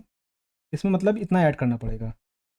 इसका मतलब पहले जो हमारा एवरेज था 87.8, इसमें हम लोग कितना प्लस करना पड़ेगा 1.2। इसको जब हम लोग इसमें प्लस कर देंगे, क्योंकि इसका डेविएशन देखिए 1.2 आया था माइनस का, तो यहाँ से हम इसमें प्लस लेंगे। इसका मतलब जब हमारा एवरेज हमने इसको माना तो हमारा ये माइनस में आ रहा था, इसका मतलब हमें इतना ही इसमें प्लस करना पड़ेगा, तब जाके एवरेज हमारा टोटल तीनों पाँचों का ये आ जाएगा। तो इसमें जब हम प्लस कर लेंगे तो हमारा कितना आ जाएगा, देखिए यहाँ से 0 आ जाएगा, 9 आ जाएगा, यहाँ से 8 आ जाएगा। यहाँ से हमारा वही आ गया जो हमारा आंसर आया था 89। ओके, थर्ड नंबर आ गया 89। तो चलिए करते हैं आगे नेक्स्ट क्वेश्चन। इसने बोला है 44% वार्षिक साधारण ब्याज पर कोई धनराशि कितने वर्ष में स्वयं का 12 गुना हो जाएगी। तो ये भी आप लोगों को पता है, बहुत सिंपल क्वेश्चन है। जैसे कि आप लोग को देखा है कि प्रिंसिपल जो हो रहा है हमारा अपने आप का 12 गुना हो जा रहा है। ओके, तो अगर हम इनका डिफरेंस लें तो ये आ जाएगा 11p, मतलब 11 टाइम्स प्रिंसिपल। तो ये 11 टाइम जो प्रिंसिपल आया ये हमारा क्या आ गया, ये हमारा एसआई आ गया। बस हम क्या करेंगे, एसआई की जो वैल्यू हमारी आ गई वो 11 टाइम्स प्रिंसिपल आ गई। बस हम इसका फॉर्मूला लगा देंगे कि 11 time principal is equal to हो जाएगा हमारा प्रिंसिपल इंटू 44% लिखा है तो 44 आर लिखेंगे, मतलब ये आर की वैल्यू दे रखी है तो ये इसको आर लिखेंगे 44 इंटू टाइम हमारा कितना दे रखा है, टाइम नहीं दे रखा है तो हम टाइम को टी लिख लेंगे और डिवाइड बाय हमें कितना करना पड़ेगा, 100 करना पड़ेगा। बस यहाँ से इसको सिंप्लीफाई कर दीजिए तो ये कितना आ जाएगा हमारा, ये देखिए पी से पी कट जाएगा और 11 से इसको काटोगे तो ये 4 बढ़ जाएगा तो ये 25 बढ़ जाएगा तो ठीक है, जो वैल्यू आ गई हमारी 25 आ गई, 25 ईयर आ गई। इसका मतलब 25 साल में ये अपने आप का 12 गुना हो जाएगा, तो 25 साल किसमें है, सी में है, तो हमारा यही आंसर हो जाएगा सी। चलिए नेक्स्ट क्वेश्चन देखते हैं हम लोग। इसमें दे रखा है संख्या के मूल्य में 32% की वृद्धि और संख्या के मूल्य में 28% की कमी के बीच का अंतर 180 है, संख्या ज्ञात कीजिए। अब जैसे कि आप लोगों को पता है कोई संख्या होगी वो अपने आप की 100% होगी, तो हम लोग मान लेते हैं कि वो जो नंबर था वो 100% है, तो let the number is 100%। Okay, अब हम अकॉर्डिंग टू क्वेश्चन देखें तो अकॉर्डिंग टू क्वेश्चन हमारा क्या बोल रहा है कि 32% की वृद्धि, संख्या में 32% की वृद्धि, मतलब अगर 100% है तो 132 हो जाएगा हमारा, और 28% कमी कर दें तो अगर इसमें 28% कमी कर दें तो ये हो जाएगा हमारा, 100 में 28% कमी हो तो ये 72 हो जाएगा। तो इनका जो अंतर आ रहा है तो वो 180 आ जा रहा है हमारा, ये परसेंट में है तो हमारा इसको परसेंट लगा दीजिए, 180 आ जा रहा है। यहाँ से आप देखोगे इसको घटाओगे तो ये 60% इसके बराबर है हमारा, 180 के बराबर है। यहाँ से 1% निकालोगे, 1% आ जाएगा 6×18 में 30, तो यहाँ से 100% निकालोगे तो 100% आ जाएगा 300। ओके, यही हमारा नंबर मांगा था 100%, तो हमारा 300 इसका आंसर आ जाएगा सी। नेक्स्ट क्वेश्चन देखते हैं हम लोग। इस क्वेश्चन में पढ़ते हैं, बॉबी की आय का P% रॉन की आय के Q% के बराबर है। यदि बॉबी की आय उसकी वर्तमान आय से Y रुपये कम होती और रॉन की आय उसकी आय से Z रुपये अधिक होती तो बॉबी की आय और रॉन की आय का अनुपात M/N होता। दोनों की वास्तविक संयुक्त आय X रुपये है। उसका हम लोग का स्टेटमेंट दे रखा है, स्टेटमेंट मतलब PQ, Y, Z, M, N, X की वैल्यू दे रखी है, इसी तरह स्टेटमेंट 2 में भी इनकी वैल्यू दे रखी है और नीचे ऑप्शन दे रखा है। तो हम लोग ऐसे क्वेश्चन कैसे करते हैं, जैसे हमने जैसे हमने शिफ्ट 1 में भी देखा कि सेम इसी तरह क्वेश्चन आया हुआ था। ओके, हम लोगों ने क्या किया था, उसमें स्टेटमेंट लेकर हम लोगों ने उसको सॉल्व किया था। इनका यूज़ करके अगर हम एक्स की वैल्यू लाते हैं, अगर वो आ जाती है तो इसका मतलब ये कथन जो है वो सही है। इस तरह इसमें भी करेंगे, इन सब की वैल्यू लेंगे हम एक्स एन तक, उसके बाद एक्स की वैल्यू निकालेंगे। अगर वो ये आती है 83200 आती है तो इसका मतलब ये कथन भी सही होगा। तो चलिए करते हैं हम लोग। तो पहले क्या बोल रहा है, बॉबी की आय का P% रॉन की आय के Q% के बराबर है। अगर हम इनकी आय तो पता नहीं हमको, तो इसकी हम लोग आय मान लेते हैं, जैसे बॉबी की आय मान लेते हैं B और रॉन की आय मान लेते हैं R। चलिए, let Bobby's income be b हमने माना है इसको, और रॉन्स इनकम आर है। ये बॉबी की इनकम बी मान ली और रॉन्स की इनकम आर मान ली। अब हम लोग देखते हैं क्वेश्चन क्या कह रहा है कि इसके P% मतलब बॉबी का P% रॉन के Q% के बराबर है। इसका मतलब अगर हम बी का P% निकालें तो P/100 हो जाता है, ये बराबर है आर के Q% के। यहाँ से देखिए 100 कैंसिल आउट हो जाएगा, तो यहाँ से हमारा क्या हो जाएगा, ये हमारा यहाँ से एक क्वेश्चन बनेगी BP = RQ। ओके, हमारा ये इक्वेशन टाइप बन रही है। यहाँ से अगर हम रेशियो निकालें तो बी और आर का जो रेशियो हो जाएगा वो Q/P हो जाएगा। यहाँ से एक रेशियो आ गया। बॉबी की आय उसकी वर्तमान आय से Y रुपये कम होती है और रॉन की आय उसकी वर्तमान आय से Z रुपये अधिक होती है, तो बॉबी की आय रॉन की आयु से आय का अनुपात M/N हो जाता है। इसका मतलब कह रहा है कि अगर, और क्या कह रहा है इसमें आल्सो, ये जो इसकी आय है ना Y रुपये कम होती है और ये जो रॉन की आयु है वो Z रुपये अधिक होती है, तो इनका जो अनुपात हो जाता है वो m अनुपात n हो जाता है। एक देखिए एक इक्वेशन ये बन गई हमारी। एक चीज़ और कह रहा है कि दोनों की वास्तविक संयुक्त आय x रुपये है। मतलब अगर इसकी इनकम b है और इसकी r है तो इनकी संयुक्त इनकम कितनी है हमारी, x रुपये है। ओके, अब हम लोग क्या करते हैं, हम लोग को ये जो इक्वेशंस मिल गई हैं, जैसे कि इसका अगर हम इसको 1 दे दें, इसको 2 और इसको 3, हम स्टेटमेंट लेंगे, एक एक स्टेटमेंट लेंगे।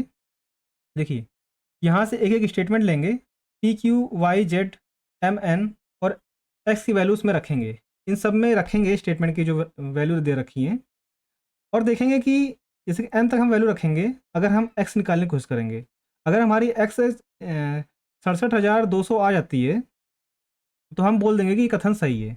इसी तरह हम कथन 2 लेंगे, उसमें भी एम तक, पी से एम तक की वैल्यू रखेंगे और एक्स निकालने की कोशिश करेंगे। अगर एक्स हमारा 83200 आ जाता है, इसका मतलब कथन 2 भी सही होगा। ओके, तो चलिए करते हैं। सबसे पहले देखिए हमने एक पहली क्वेश्चन बनाई थी, b p is equal to r q. Okay, ये बनाई थी।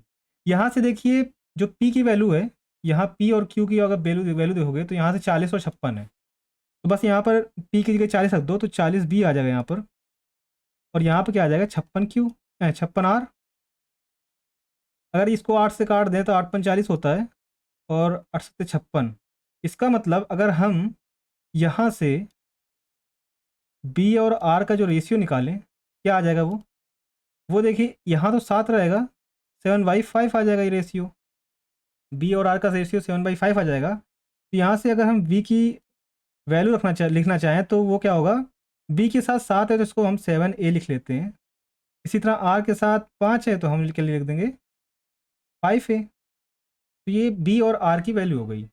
अभी आप पीछे एक चीज़ और देख रहे होगे कि ये वाला इक्वेशन और देख रहे होगे, इक्वेशन 2 हमने जो बोले थे, यहाँ से आप देख रहे हो कि ये b माइनस वाई हो रहा था। तो y की वैल्यू क्या है हमारी 3200, y minus 3200, sorry b minus 3200 divided by r plus z. R plus z मतलब 2000, और इनका जो रेशियो था वो था m रेशियो n, और m रेशियो n क्या देखा है 6 और 5, मतलब 6/5 हो जाएगा यहाँ से। ओके, हम क्या करेंगे, अब हम क्या करेंगे, जो हमारी b की वैल्यू और r की वैल्यू है इसमें रख देंगे।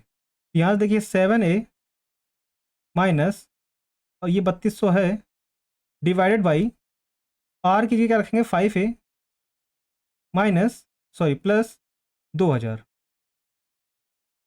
यहाँ से ये क्या है 6/5। अब देखिए क्रॉस मल्टीप्लाई कर दीजिए, तो यहाँ से 5 का करोगे तो यहाँ 7 में 35 होता है और 6 पंजे 30 होता है। तो यहाँ से माइनस हो जाएगा तो यहाँ आ जाएगा 5a। यहाँ से आप जानते हो 5a आ जाएगा, और उधर हम इसको भेजेंगे तो क्या आ जाएगा, देखिए 5 दूनी 10 और 5 3 15, ये 16, मतलब यहाँ से 16,000 आ रहा है। और हमें प्लस क्या करना पड़ेगा, इधर देखिए इधर जाएगा, ये प्लस में हो जाएगा क्योंकि इधर करेंगे ये माइनस में आएगा, इधर से भेजेंगे ये प्लस में आ जाएगा, 16,000 प्लस में आ गया। ये 6 इंटू 2000 करोगे तो ये आ जाएगा 12,000। अब क्या करेंगे, यहाँ से हम अगर 5a लिखना चाहें तो 5a हमारा क्या आ जाएगा 28,000, 28,000 आ जाएगा। यहाँ से a की जो वैल्यू आ जाएगी हमारी, देखिए 5 बच्चे 25 5 छक्का 30, यहाँ से देखिए 5,600 आ गई। यहाँ से a की जो वैल्यू आ गई हमारी, यहाँ से देखिए ये 5,600 आ गई।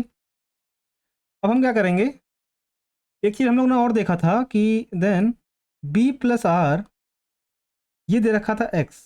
देखिए b प्लस आर जो है वो दे रखा है x, ठीक। तो बस b की जगह हम क्या रख देंगे 7a, और r की जगह 5 रखेंगे तो 7 + 5 12a। यहाँ से 12a is equal to x हो जाएगा। तो यहाँ से देख लीजिए x की वैल्यू कितनी आएगी 12 इंटू, और ये 5600। अब इसको इसमें गुणा करोगे तो कितना आएगा, 5×72 मतलब 00, 72 का 2 और 7 यहाँ चला जाएगा, 12×5 60 मतलब 67। इसका मतलब 67,200 आ रही है एक्स की वैल्यू। हमने क्या कहा था, हमने m तक वैल्यू रखी, हमारी जो x की वैल्यू आई वो 67,200 आ रही, और ये हमारा जो कथन में दे रखा था इसकी वैल्यू 67,200 है।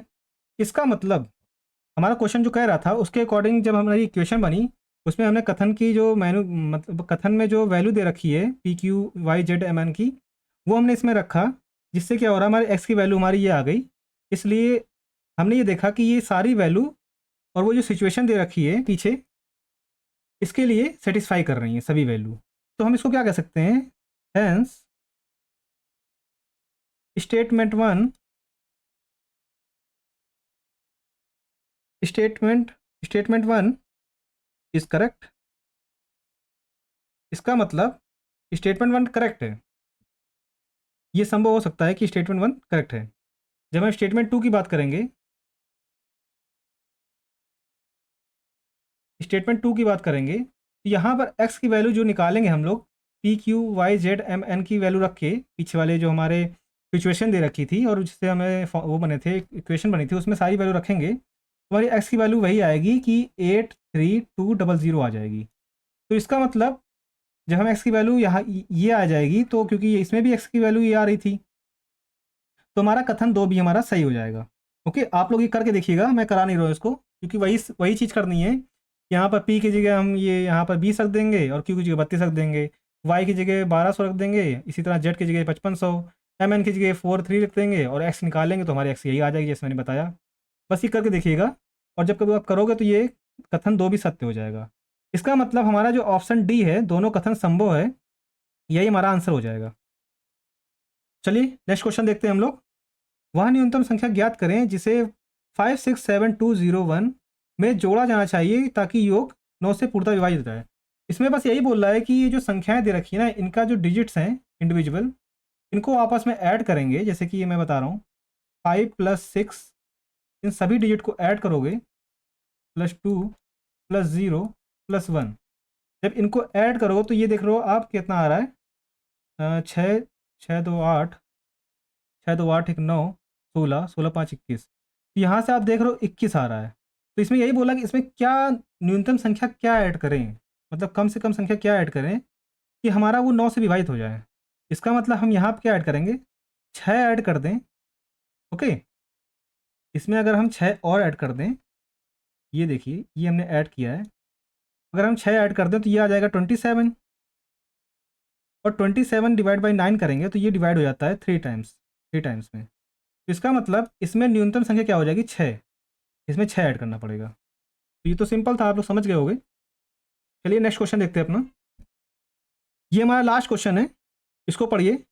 यदि ब्याज वार्षिक रूप से चक्रवृद्धि होता है तो 30,000 रुपये की राशि पर 3 वर्ष के लिए 4% प्रति वर्ष की दर से चक्रवृद्धि ब्याज ज्ञात करें। ये हमारा क्वेश्चन दे रखा है। हम इसको कैसे करेंगे, रेशियो मेथड से करेंगे। ओके, रेशियो मेथड से हम लोग क्या करते हैं, जैसे कि आर जो दे रखा है 4% दे रखा है, तो हम 4% को हम फ्रैक्शन बदलेंगे। जैसे कि 4 बाई हम 100 करते हैं, ये आप लोग को पता है। ये 4 से काट दीजिए तो ये 25 बढ़ जाएगा, तो इसका मतलब 1/25 आ जाता है। अब जैसे कि आप लोग जानते हो कि जो हमारा रेट होता है उसमें अगर एक 25 अगर रेशियो में फ्रैक्शन में आता है, तो ये जो नीचे वाला होता है 25, ये होता है प्रिंसिपल, पी हम बोलते हैं, और ये जो होता है वो CI होता है। ओके, तो एक साइड हम लिखेंगे प्रिंसिपल और एक साइड लिखेंगे हम अमाउंट। तो प्रिंसिपल पहले ईयर क्या हो रहा है, 25 से 26 हो जा रहा है, क्योंकि 25 से एक CI के लेकर ये 26 हो जा रहा है। इसी तरह दूसरे ईयर भी 25 से 26 हो जा रहा है। रेशियो मेथड में लिखने का तरीका होता है। इसी तरह ये 25 से थर्ड ईयर में भी 26 हो जा रहा है। तो ये 3 ईयर का हमें निकालना था। अब हम क्या करते हैं, इन सबको आपस में गुणा करिए। तो 25 से क्यों करते हो तो 15,625 आता है, और जब 26 से क्यों करते हो आप लोग तो 17,576 आता है।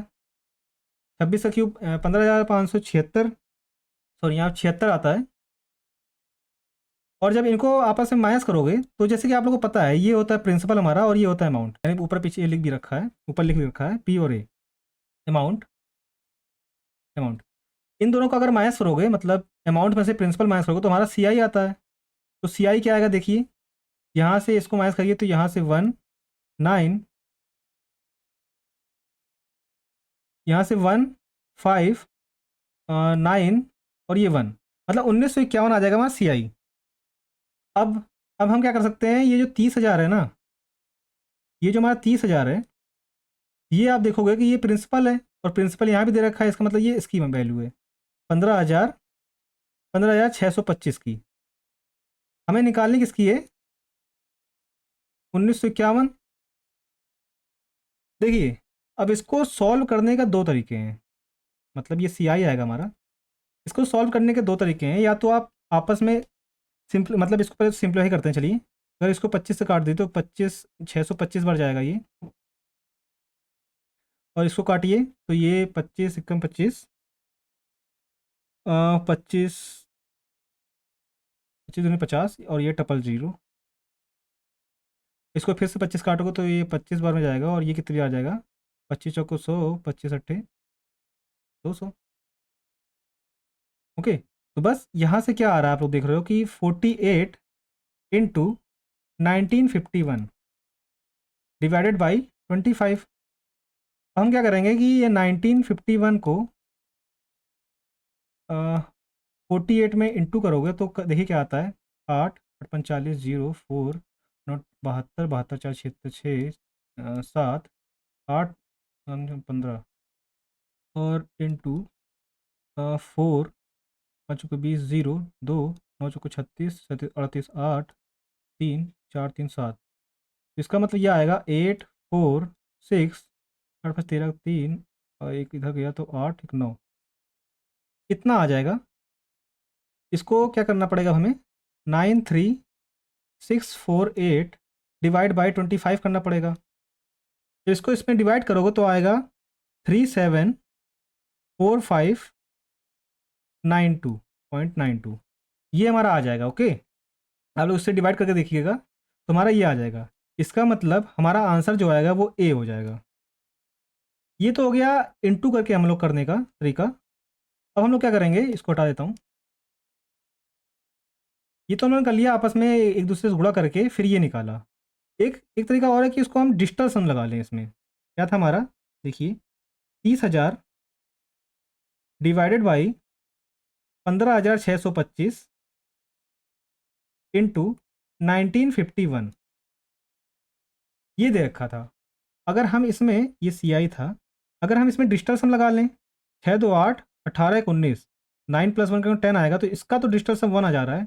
ऊपर वाले का इसका 3 आएगा पूरे का। इसका देखिए 9 काट दीजिए तो इसका 7 आ रहा है, इसका 7 आएगा। 7 इंटू 3 करेंगे 21 आएगा। इसका मतलब इन पूरे का डिजिटल सम जो आ रहा है वो 3 आ रहा है। ये हमारा डिजिटल सम आ गया।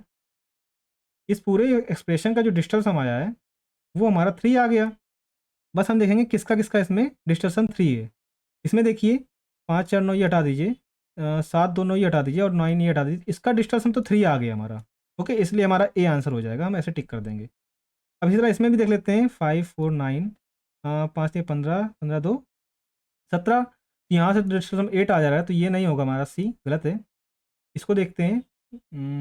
5 5 10 10 2 12 12 3 15, 15 यहाँ 6 आ गया, 8 का 16 16 7 7 6 12 13 13, मतलब यहाँ से 4 आ जा रहा है। ये भी नहीं होगा क्योंकि 3 आना चाहिए डिजिटल सम।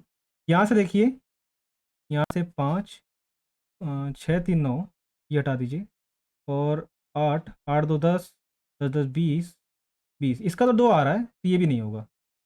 ओके, इसका मतलब इसका डिजिटल सम 3 आ रहा है और इसका डिजिटल सम 3 आ रहा है, इसलिए हमारा जो आंसर हो जाएगा वो ए हो जाएगा। तो यहाँ से हमारा 17 जनवरी 2024 का शिफ्ट 2 भी कंप्लीट होता है। हम लोगों ने शिफ्ट 1 देख लिया, शिफ्ट 2 देख लिया। नेक्स्ट वीडियो में हम लोग 17 जनवरी 2024 का शिफ्ट 3 देखेंगे। आपके फ्रेंड सर्कल में जितने भी लोग IBAC-IO ग्रेड 2 की प्रिपरेशन कर रहे हैं, उनको ये वीडियो शेयर करिएगा। अगर आप लोग को शिफ्ट 1 और शिफ्ट 2 की PPT चाहिए, मतलब क्लास नोट्स चाहिए, तो आप लोग कमेंट में बता दीजिएगा, तो आप लोग को मैं टेलीग्राम पे इसको भेज दूँगा। आप वहाँ से इसको डाउनलोड कर लीजिएगा। तो चलिए इसको वीडियो को यहीं एंड करते हैं। Thank you.